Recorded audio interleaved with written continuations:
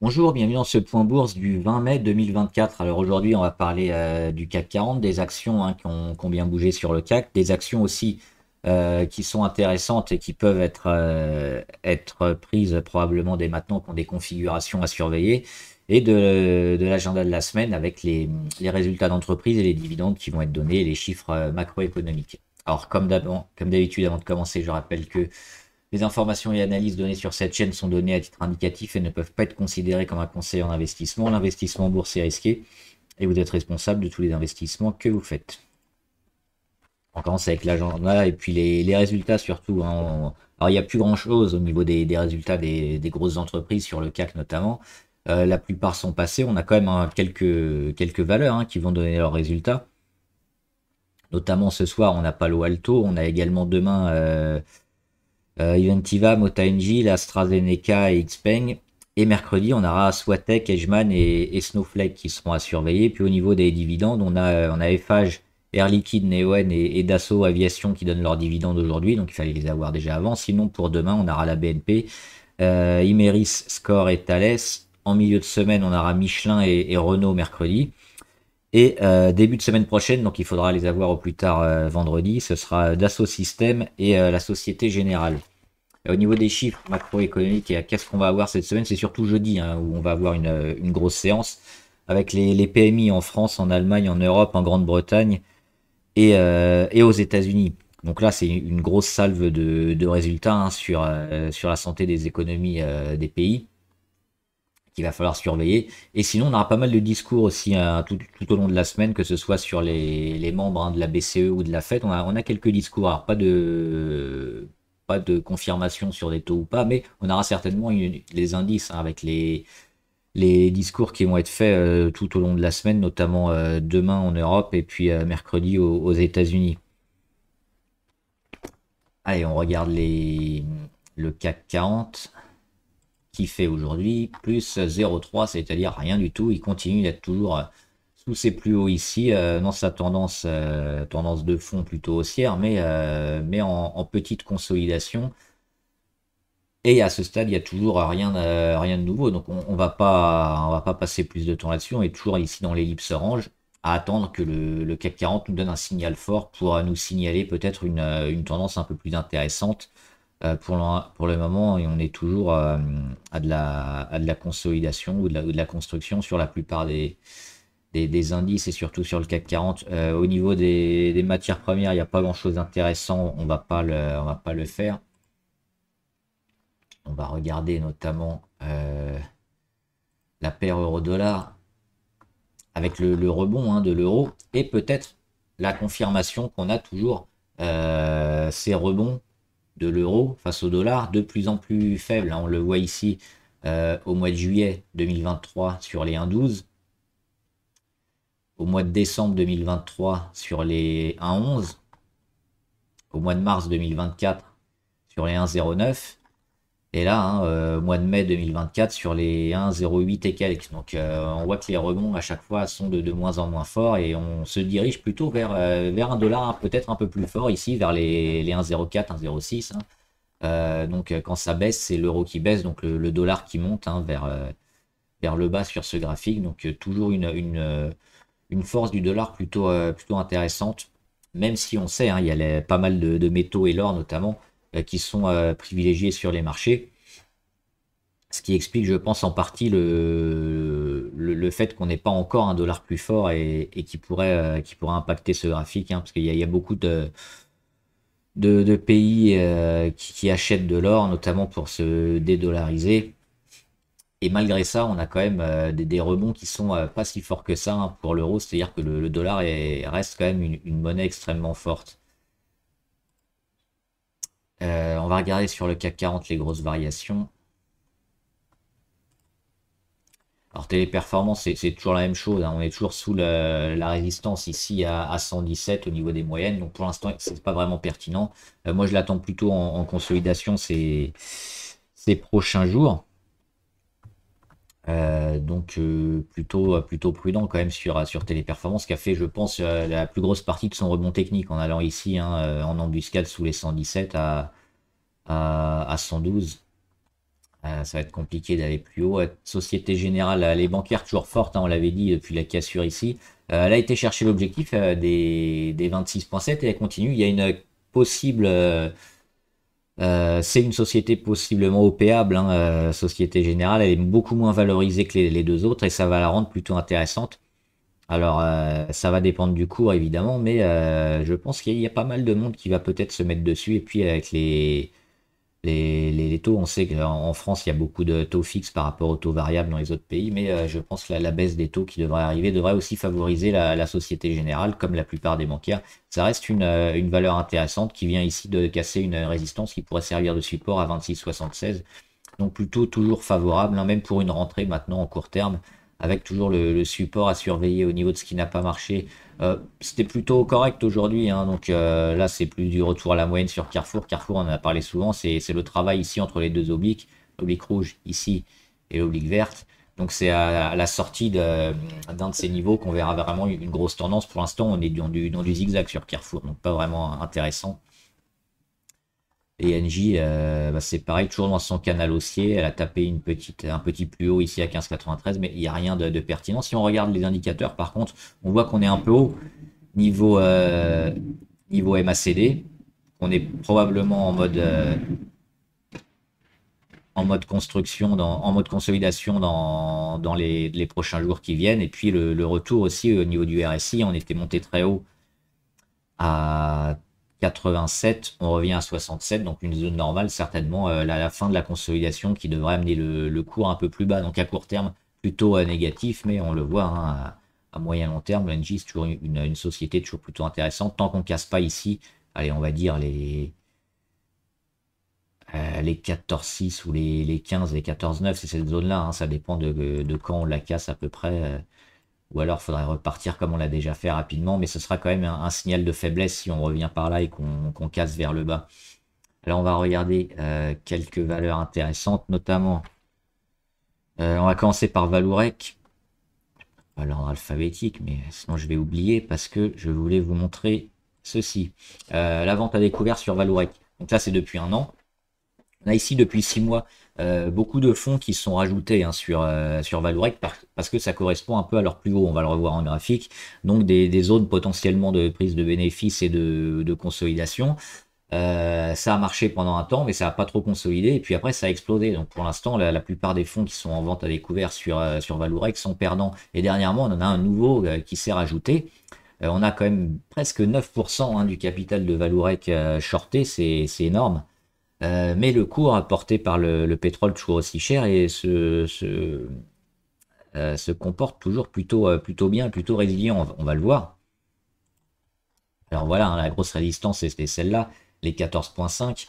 Et en décembre dernier, donc il y a 6 mois, presque 6 mois, ici, beaucoup de fonds qui sont ajoutés et on voit, hein, sur les 12-13 et finalement le cours a finalement cassé les 14,5 pour aller mettre un plus haut à 18,2. Et le début de la conso, bah, il est plutôt costaud parce qu'on n'a pas comblé le gap, hein, qui a été fait sur les résultats entre les 15,05 et les 15,50. On a un beau chandelier de rattrapage ici le 16 mai et on est en train de retrouver les 16,9. Donc une fin de conso plutôt forte qui peut nous amener ça, hein, comme dessin. Alors soit on continue direct, ce qui n'est pas impossible. Si on regarde les indicateurs, la force un peu du rachat est intéressante sur Valourec, mais il nous faudrait quand même que les shorters se rachètent, hein, pour avoir ce scénario-là. Sinon, c'est un scénario un peu hybride avec la continuation de la consolidation et enfin le rachat des shorters qui va nous propulser Valourec. Donc c'est un peu ce qu'on surveille toujours, mais moi je suis toujours plutôt largement favorable, hein, sur cette valeur parce que techniquement et graphiquement, ça nous donne des signaux de force plutôt intéressants. Tant qu'on tient les 15,50, c'est toujours plutôt fort. Alors il y a beaucoup de shorts, hein, je comprends toujours pas trop ce qu'ils cherchent. Pour l'instant, ils perdent. Mais graphiquement, ça s'achète, donc largement favorable sur Valourec. On avait aussi Exclusive Networks. On a eu la cassure de l'oblique court terme là sur les plus hauts, la relance, hein, dans le secteur cybersécurité. On verra les résultats de Palo Alto ce soir, hein, notamment aux États-Unis. Mais Exclusive Network, c'est probablement ici une zone d'entrée intéressante. On le voit au niveau de la MACD, inversion de tendance, on retrouve les listes au vert. On a la cassure des plus hauts qui se fait au-dessus des moyennes les plus hautes. Donc on est uniquement dans de la conso et il y a un début de rebond, donc plutôt largement favorable. Et puis une porte d'entrée probablement intéressante maintenant sur Exclusive Networks. C'est en Europe. On a PayPal aussi. PayPal, pourquoi? Parce que moi j'aime beaucoup cette figure. Avec le début de réaction ici, sur les 50 au mois de novembre. Ensuite, la cassure de l'oblique ici, moyen-long terme. Hein. Hop, hop, c'est cet oblique rouge-là, avec le faux départ ici au mois d'août. Et puis le vrai départ ici, finalement. On casse, on commence à mettre les plus hauts, à marquer bien, à cadrer la valeur sur les 68,2. Après, on a un phénomène d'accumulation, retournement de moyenne. On retrouve à nouveau les 68, échec. Une troisième fois, cette fois on le casse, on fait un échec, mais on le casse bien. On est en train quand même de taper tellement de fois dessus que ça affaiblit un peu la résistance. Et puis les plus bas surtout, ça qui est important, les plus bas de plus en plus haut. On le voit ici, 50, 52, 56, 61. Il y a de moins en moins de place pour la congestion qui arrive probablement ici et qui devrait sortir hein, par le haut à nouveau sur les 68. Donc la figure, même si c'est pas une 100% d'occurrence évidemment, statistiquement ce genre de figure ça casse très majoritairement vers le haut. Donc PayPal c'est assez intéressant probablement de se placer pour attendre la confirmation de la cassure des 68 et puis le retournement long terme sur la valeur. On a également, je voulais voir le non, je vais pas faire ça. Genfit. Genfit, on en a parlé hein, en valeur, valeur avec les membres. Une grosse explosion aujourd'hui avec près de presque 10%. On a fait 10% durant la journée, on finit à 8,49. L'objectif court terme, il est atteint. On a tapé les 3,83. On l'a vu sur la mèche quasiment, au point près. On a été à 3,83, c'est exactement ça. Donc on a été chercher l'objectif. Derrière, on rend un tout petit peu. L'objectif court terme, il est atteint. Maintenant, on peut éventuellement jouer la continuation si on casse pas derrière. Mais à moyen terme, on sait que ce genre de valeur, ça peut rendre un peu très vite. Donc se prémunir d'un éventuel retour en mettant des stops. Sinon, on jouera les prochains jours la continuation au-dessus des 3,83. Mais il faudra continuer très fort durant les prochains jours, sinon on va retrouver notre prix d'achat ici hein, sur toutes les moyennes. On a également Uranium Royalty, alors très belle journée Uranium, pourquoi? Je vous en parle souvent, j'aime beaucoup cette action, on a déjà fait des allers-retours dessus. Pourquoi c'était intéressant? On en avait parlé dernièrement, déjà la cassure de l'oblique sur les plus hauts, ici l'oblique rouge. Et puis surtout cette zone-là des 2,73. On avait fait un petit gap haussier lors de l'explosion au début de l'année. On est revenu, on a comblé le gap et puis on a fait un échec dessus. Donc c'était vraiment la zone bien marquée sur le titre, les 2,73. Plusieurs échecs ici au mois de mars. Pareil au mois d'avril.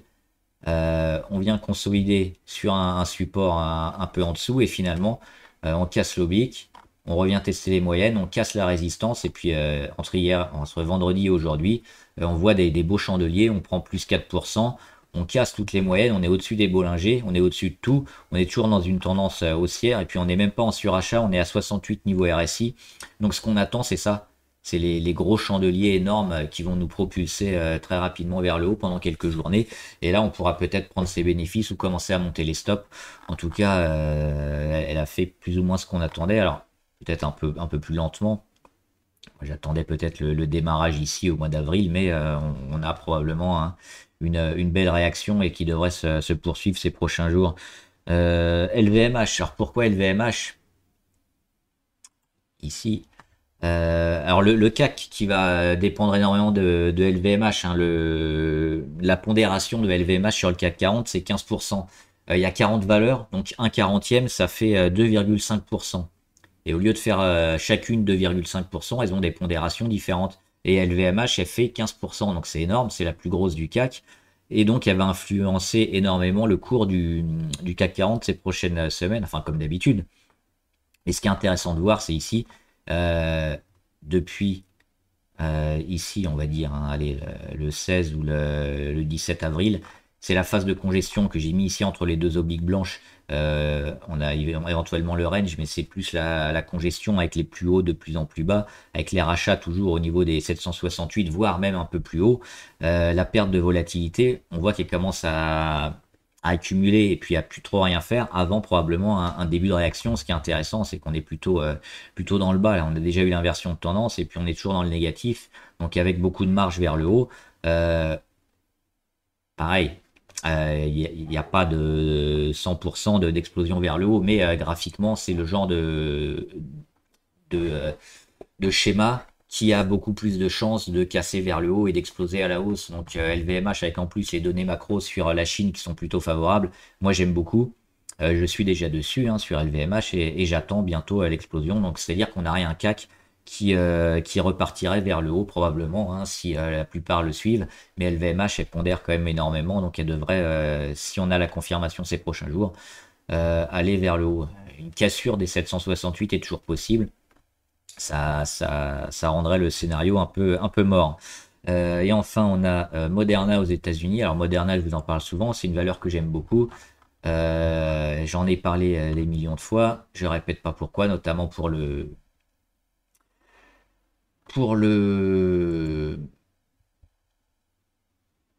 pour toutes les thérapies qu'elle a, je trouve plus le mot là, pour le catalogue un peu de thérapies qu'elle a et de phase 1, phase 2, phase 3 qui sont en route et qui vont petit à petit lui faire des revenus. On était rentré, alors je sais plus où exactement, hein, sur les 102. On en est à 36%. J'étais rentré par là, hein, au niveau du mois de janvier, au début de l'année. Déjà 36%, mais on s'était dit hein, sur Moderna, c'est plutôt du long terme et on verra probablement fin 2024, pas avant. Si on dézoome, c'est parfait ce qu'elle nous fait hein, avec le beau travail ici. Alors pour avoir un objectif de vente, c'est compliqué. Hein, sur les plus hauts, on va plutôt voir si on veut rester sur du court terme ou du moyen terme et voir les corrections, si on décide de partir ou pas. Mais pour l'instant, elle est au début d'un d'un retournement un peu long terme et d'une séquence probablement intéressante avec, on le voit, hein, cette explosion ici, avec pas mal de butées sur la résistance à 115 qui a enfin lâché. Et c'est cette résistance-là, hein, le jour où elle lâche, qui signale la belle percée à venir de Moderna. Donc nous, on est toujours dessus. Y aura peut-être par là, on le voit, il y a pas mal de zones travaillées ici, hein, autour des 163. Mais nous, notre objectif, hein, il est plutôt vers les 200 et plus sur Moderna. Donc, on va rester quand même sur cette belle valeur. Et on va voir rapidement les valeurs abonnées. Alors, j'ai pas nettoyé la liste. Il y a encore les anciennes. Arbor Realty Trust, on en avait déjà parlé. Hein. Ouais, c'est déjà fait. Avance Gaz, c'est pareil, ça continue de bien progresser. On a un support intéressant sur les 180. CBO, on avait déjà parlé. Sérinov aussi. Avec Clariane. Alors, avec Clariane, impressionnant. Hein. Moi, je suis plutôt sur Orpea. Pour l'instant, ça m'a donné tort, mais Clariane, elle prévoit pas mal d'augmentation de capital. Il y aura certainement des dilutions. Pourtant, le marché l'a acheté. Hein. Elle m'a acheté vendredi. Il continue d'acheter aujourd'hui avec 22%. C'est énorme.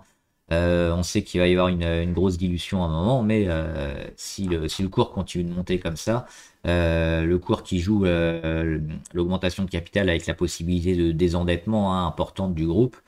Clariane, c'est l'ancien Corian, je sais pas comment on dit. Mais pour l'instant, le marché achète. Donc c'est et puis il achète pas un petit peu, hein, parce qu'on était retombé sur les 1 ou les 2. On est déjà sur les 4 en quelques jours seulement, en un peu plus d'un mois. Donc oui, j'avais fait cette petite figure là. Je pensais pas qu'il y aurait déjà une explosion énorme dès aujourd'hui. Bah, on a cette confirmation. Hein. Donc bah, techniquement, graphiquement, c'est plutôt acheté. Ça reste spéculatif, ça reste très volatile. On voit la taille des chandeliers. Ça peut repartir un peu à la moyenne assez rapidement, mais le marché est en train de nous dire quand même qu'il achète plutôt cette future augmentation de capital et ce possible redressement sur Corian. Donc a priori, c'est plutôt bien. Peut-être essayer de moyenner hein, si vous voulez rentrer dessus, pas rentrer tout d'une fois comme ça sur des niveaux à 4 et quelques. Il y aura peut-être un peu de retour à la moyenne. Il y aura un temps aussi où le cours va baisser, hein, parce qu'on va avoir une augmentation de capital avec l'Assemblée Générale au mois de juin qui sera probablement validée. Il y aura donc, si vous n'êtes pas dessus et que vous n'avez pas de DPS, de droits préférentiels de souscription, vous ne pourrez pas les acheter à moindre prix, donc vous allez être dilué, mais sinon vous pouvez acheter dès maintenant et puis racheter après une nouvelle fois avec les DPS, donc pour vous investir au maximum. De Richebourg, toujours l'échec sur les 4,98. Esso, on en avait parlé. Hein. Elle est que haussière pour le moment. elle tient à chaque fois, hein, les mini consos, c'est même pas des consos, hein, jusque-là, c'est 2-3 jours. Où on va un peu plus bas, on réagit à chaque fois. Donc là, on prend les 172 environ en support. Faraday, impressionnant aussi, mais c'est peut-être la fin là, parce qu'on voit qu'enfin elle a marqué une journée avec un plus haut un peu plus bas que la veille, donc on risque d'avoir un retour à la moyenne. Paraît compliqué hein, maintenant. Par contre, on pourrait peut-être jouer une deuxième vague. Le jour où quoi, bah, on a un début de retour un peu comme ça et de perte de volatilité. Bah, ça peut repartir. Donc c'est ça qu'on jouera éventuellement la deuxième vague sur Faraday. Parce que la première, je pense pas qu'elle repartira assez rapidement. Fermental toujours plutôt positif. Hein. On a cassé avec un gap. On a cassé la congestion, on est en train d'accumuler. A priori, ça a des belles chances de repartir. Hein. Fermental, Greensum Industries, on l'avait fait. Innovative Industries, je sais pas si on l'avait fait celle-là. On est en train de jouer la résistance, là, la résistance support, donc il faut attendre un peu quelques jours pour voir ce qu'elle va faire. C'est un peu tôt hein, pour y voir quelque chose, mais on le voit qu'à moyen terme, c'est haussier dans son canal. Calaret, elle est toujours en phase de congestion, donc on attend un gros signal. Pour l'instant, on l'a pas, mais si ça part comme ça, hein, boum, bah, faudra l'acheter. Nexity, RAS, on se rapproche aussi du gap et des 13, probablement en résistance. Donc un peu comme Téléperformance, hein, il y a des chances de revoir un peu le cours baisser. Après ce gros rebond technique assez juteux. RPA, c'est plutôt le long terme, hein, donc on verra ça plutôt à la fin de l'année. Qualcomm, on en avait déjà parlé aussi. On est un peu dans une zone de surchauffe peut-être sur Qualcomm, on le voit ici. Hein. Donc attention éventuellement. Rio Tinto, intéressant parce qu'on a une belle zone ici à 72,84 et elle est plutôt en train de la tenir. Donc, hop, Rio Tinto à confirmer ce soir et demain. Si j'y arrive. Hop. Mais ouais, comme sur pas mal de minières, hein, toujours plutôt favorable. Donc oui, maintenant le prix est peut-être un peu cher ici. Euh, mais si on a un repli, ouais, il faudra l'acheter. Sinon, on va peut-être lancer une nouvelle séquence un peu plus forte pour aller taper des plus hauts éventuellement ça, hein, lancer une séquence un peu forte. Et puis à court terme, hop, revenir ici et puis continuer. Donc c'est 72, là c'est plutôt à acheter. Score, ils ont annoncé des résultats pas terribles, hein, donc a été vendu, ça continue d'être vendu. Il faut attendre que le marché continue ses investissements et des investissements plutôt pour voir un peu où va la valeur. Et si bah, toute cette zone de 31-32 est finalement trop compliquée à passer et que le marché va un peu aller vers le bas. Pour l'instant, c'est ce que nous dit le marché. Donc plutôt à éviter. Siemens Energy, bah, on revient sur les 24,80, hein, le haut, l'objectif. Et on a le début de petites conso qui pourrait nous faire éventuellement tasse avec Anse. Hein. On a la tasse ici. Et puis Lance à dessiner. Donc le jour où dans quelques semaines, quelques mois, si on a consolidé sur les 22 et qu'on rattaque les 24, bah cette zone-là, hein, les 24,50, elle s'achètera. Tech2 Interactive, plutôt favorable hein, sur Tech2. C'est un peu tôt encore pour jouer GTA 5, mais pourquoi pas. Le marché est plutôt favorable hein, dernièrement. On a des beaux volumes hein, sur les 2 dernières séances.